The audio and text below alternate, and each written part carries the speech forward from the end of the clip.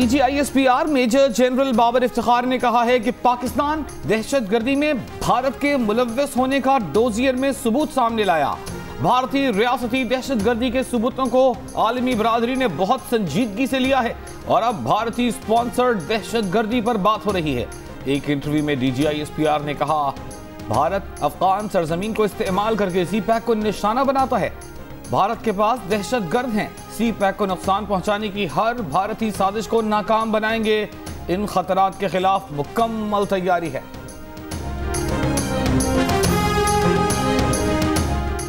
भारत की कोशिश रही है जिद्दोजहद आज़ादी मकबूजा कश्मीर को नाम नेहाद पाकिस्तानी मुदाखलत से जोड़े। दुनिया की तवज्जो मकबूजा कश्मीर से हटाने के लिए भारत LOC पर सीज फायर की खिलाफ वर्जियां करता है। मकबूजा कश्मीर में मुकम्मल तौर पर खुद मुख्तार जिद्दोजहद आज़ादी है। ये मुमकिन नहीं कि सरहद पार से जाकर ऐसे वाक़यात हों। DGISPR major general Babar Iftikhar का मैगजीन को इंटरव्यू। कहा, वज़ीर आज़म ने कहा था कि भारत एक कदम आगे बढ़ाए तो हम 2 बढ़ाएंगे। हमें खित्ते की सूरत हाल को मामूल पर लाने की ज़रूरत है। कहा, पाकिस्तान कोरोना की दूसरी लहर का बेहतर तौर पर मुकाबला कर रहा है। कोरोना से निपटने में पहले दिन से पाक फौज हर हुकूमती कोशिश का हिस्सा है।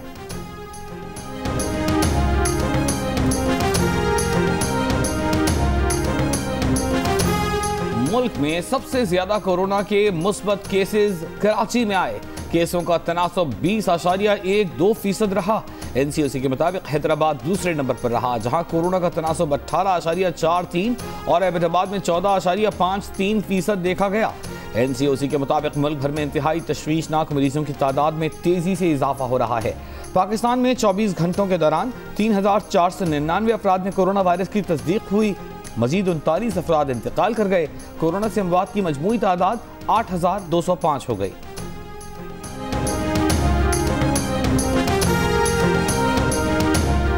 वज़ीर सेहत सिंध ने इस बार कोरोना तेजी से फैलने का खदशा जाहिर कर दिया। कहा, गुज़िश्ता 24 घंटों में तकरीबन 600 मजीद केसेस बढ़े हैं। कोरोना की दूसरी लहर के दौरान केसेस में तेजी से इजाफा होगा। कराची जिला वस्ती के मजीद इलाकों में स्मार्ट लॉकडाउन नाफिज। गुलबर्ग, नॉर्थ नाजिमाबाद, लियाकताबाद और नॉर्थ कराची के मुख्तलिफ इलाके शामिल। डिप्टी कमिश्नर के हुक्मनामे के मुताबिक स्मार्ट लॉकडाउन 16 दिसंबर तक जारी रहेगा। मुतासरा इलाकों में किराना, फार्मेसी और जरूरी अशिया की दुकानें खुली रहेंगी।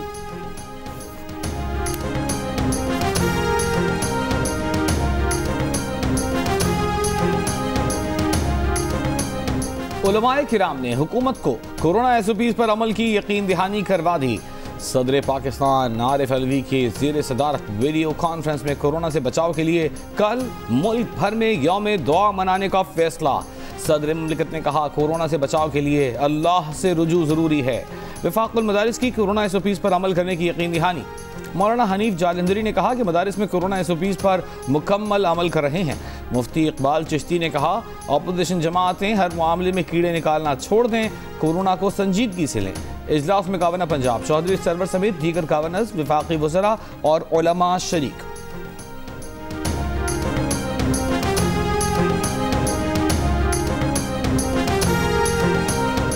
इस्लामाबाद हाई कोर्ट ने कोरोना की वजह से मुल्क भर में सियासी और मजहबी इज्तिमात पर पाबंदी लगाने की दरख्वास्त मुस्तरद कर दी।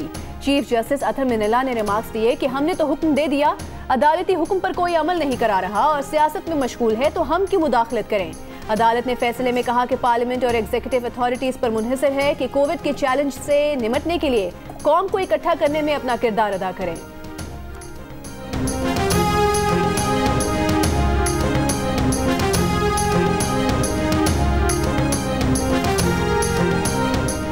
प्रिंस ऑफ वेल्स शहजादा चार्ल्स का वज़ीर आज़म इमरान खान को टेलीफोन। दोनों रहनुमाओं का पाक बरतानिया करीबी ताल्लुकात के अज़्म का इजहार। आलमी चैलेंजेस से निपटने में ज़्यादा आलमी ताउन की ज़रूरत पर इत्तेफाक। शहजादा चार्ल्स ने पाकिस्तान में कोरोना से होने वाली हलाकतों पर अफसोस का इजहार किया।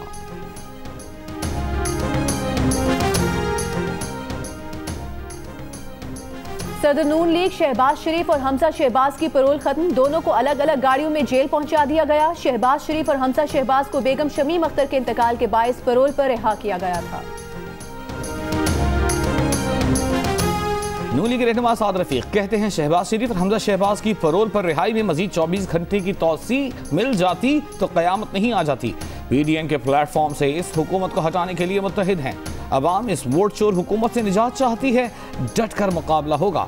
हुकूमत ने अगर लाहौर जलसे के लिए रुकावटें खड़ी की तो लाहौर वाले रुकावटें हटा देंगे, कहा चौधरी निसार ने जाती उमरा में शहबाज शरीफ से मुलाकात और ताज़ियत की। राना सनाउल्लाह ने कहा कि जो लोग ताज़ियत के लिए आए उन्हें सिर्फ रवादारी तक महदूद रखा जाए।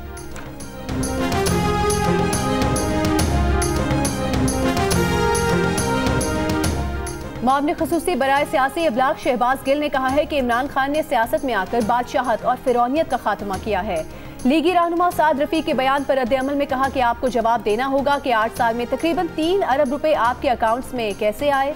इन 8 बरसों में आपके अकाउंट में 500 से ज्यादा ट्रांजैक्शंस हुई।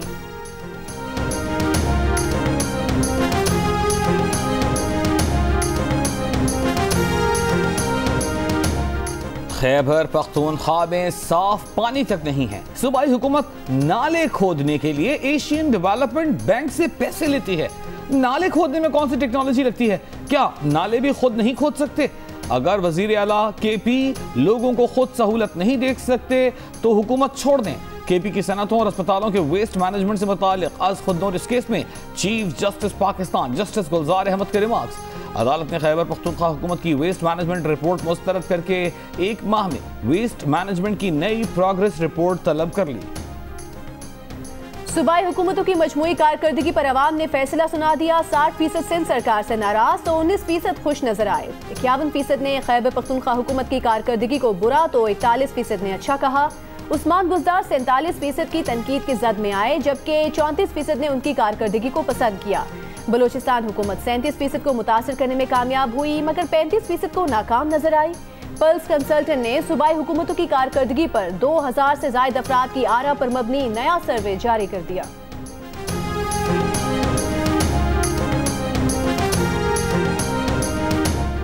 अहम हुकूमती वज़रा कारकर्दगी अवामी मयार पर पूरा नहीं उतर सकी।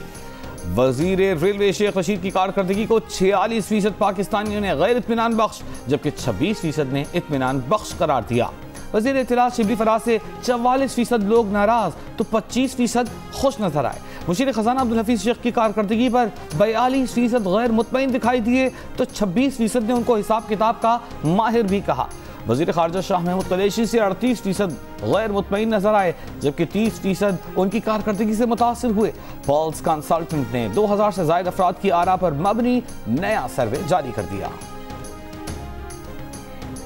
भागते काश्तकार का पीछा किया, लात मारकर गिराया, तशद्दुद की वीडियो सामने आई तो सूरज को चिराग दिखाया। बल्दिया उज़्मा कराची के 254 हट्स से लोगों ने खूब कमाया, लेकिन केएमसी के हाथ बहुत कम आया। हट्स के मालिकान ने लोगों से किराए के नाम पर लाखों करोड़ों रुपए कमाए, लेकिन बल्दिया उज़्मा कराची को एक हट से साल का सिर्फ 16,000 रुपए किराया मिला। सालों बाद गड़बड़ घोटाले की निशानदेही। तमाम हट्स की अलॉटमेंट मनसूख, मार्केट रेट पर नीलाम किया जाएगा।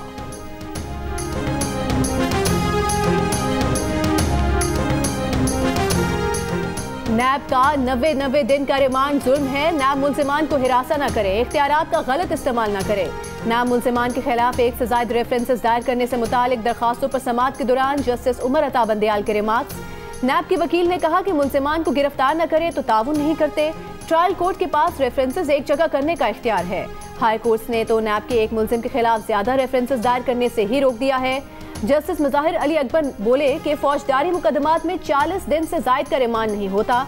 90 दिन रिमांड तफ्तीश मुकम्मल करने के लिए दिया जाता है। नैब तहकीकात मुकम्मल करके एक ही रेफरेंस क्यों दाखिल नहीं करता? अगली समाअत पर प्रोसिक्यूटर जनरल नैब को अदालत बुलवा लिया।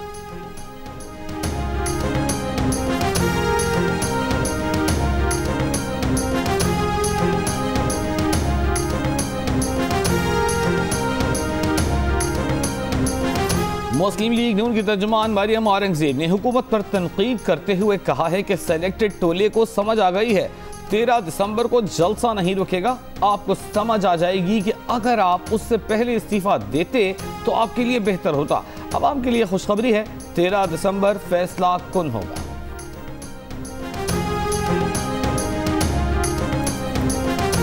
वज़ीर आला पंजाब के मुआविन ख़ुसूसी फिरदौस आशिक अवान ने कहा है कि पीडीएम के पूरे टोले का ऊपर का चैम्बर खाली है। इन्हें अवाम की नहीं लूटी हुई दौलत बचाने की फिक्र है। पंजाब में कोरोना बढ़ रहा है, ऐसे में अवामी इज्तिमा करना अवाम से दुश्मनी होगा। ऑपोजिशन कोरोना फैलाने से बाज रहे।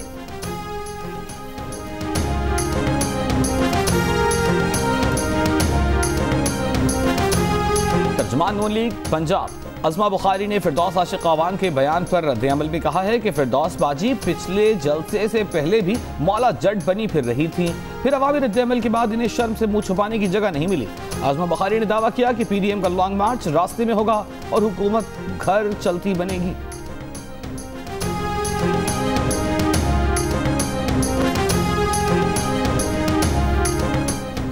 इस्लामाबाद हाई कोर्ट ने नवाज शरीफ को इश्तिहारी करार दे दिया। तहरीरी हुक्मनामा आज जारी किया जाएगा। नवाज शरीफ की जमानत पर रिहाई के लिए दाखिल कराए गए जमानत मुचल के बहक सरकार जब्त करने की कार्रवाई के लिए जामिनों को भी शो कॉज नोटिस जारी 9 दिसंबर को तलब कर लिया।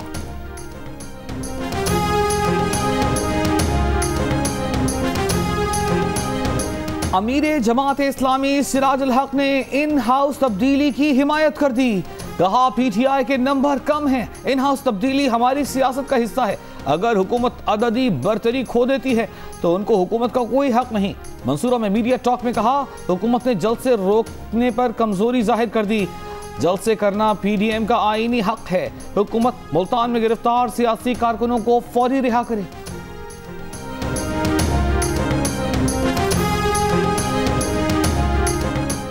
एलएनजी और पावर सेक्टर में 122 अरब रुपए का मुल्क का नुकसान, मगर फायदा किसका हुआ? प्रोग्राम आज शाहजेब खानजादा के साथ में मजीद सबूत रख दिए गए। दीगर ममालिक सस्ती एलएनजी खरीदते रहे मगर पाकिस्तान की वजारत पेट्रोलियम वक्त जाया करती रही।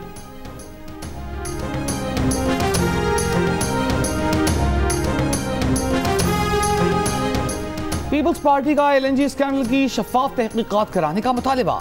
तर्जुमान बिलावल भुट्टो सरदारी मुस्तफा नवाज खोकर कहते हैं कि एलएनजी स्कैंडल करप्शन और हुकूमत की नाअहली की बदतरीन मिसाल है। सिर्फ इस साल एलएनजी ताखीर से मंगवाने से कौम को 36 अरब का टीका लगा।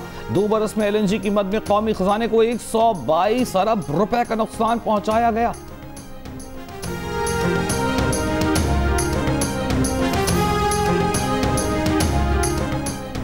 विफाकी हुकूमत बताए कि स्टील मिल को चलाने के लिए क्या कोशिश की। अगर स्टील मिल किसी चहीते को दी तो हम अपनी जमीन वापस ले लेंगे। सिंध के वज़ीर तालीम सईद गनी की गुफ्तगू। कहा असद उमर का इंतजार है, उन्होंने वादा किया था कि वो मुलाजमीन के साथ खड़े होंगे। पीटीआई हुकूमत अपनी कही हुई किसी बात पर अमल नहीं करती।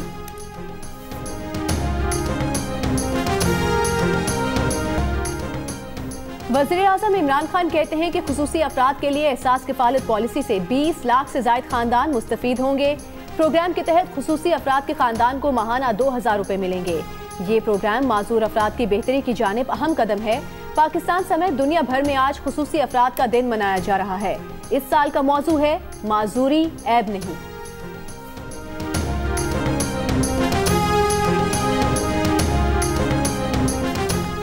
वफाकी वज़ीर इत्तलात सेनेटर शिबली फराज से पाकिस्तान फिल्म प्रोड्यूसर्स एसोसिएशन के वफ्द की मुलाकात। वफ्द ने फिल्मी सनत को दरपेश मसाइल से तफसीली तौर पर आगाह किया।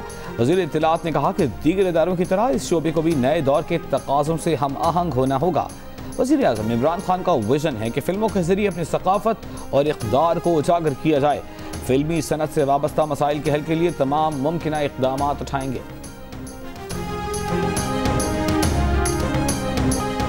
कौमी क्रिकेट स्क्वाड के 8 अरकान के कोरोना टेस्ट मुस्बत आने के बाद न्यूजीलैंड ए और पाकिस्तान शाहीन्स के दरमियान पहला 4 रोज़ा क्रिकेट मैच मनसूख। मैच अब वांगराय में 17 दिसंबर से शुरू होगा। दोनों ममालिक के दरमियान पहला T20 18 दिसंबर को ऑकलैंड में होगा।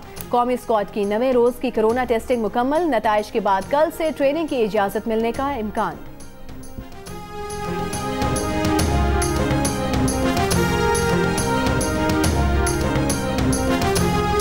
और 36 साल का कावन हाथी अपने नए घर कंबोडिया में खुशो खुर्रम 600 हाथियों के साथ कुदरती माहौल में जिंदगी गुजारने लगा। कावन को कंबोडिया मुंतकिल करने में अहम किरदार अदा करने वाली अमरीकी गुलकारा शेर कहती हैं कावन एक कैदी की नहीं हाथी की जिंदगी बसर करेगा।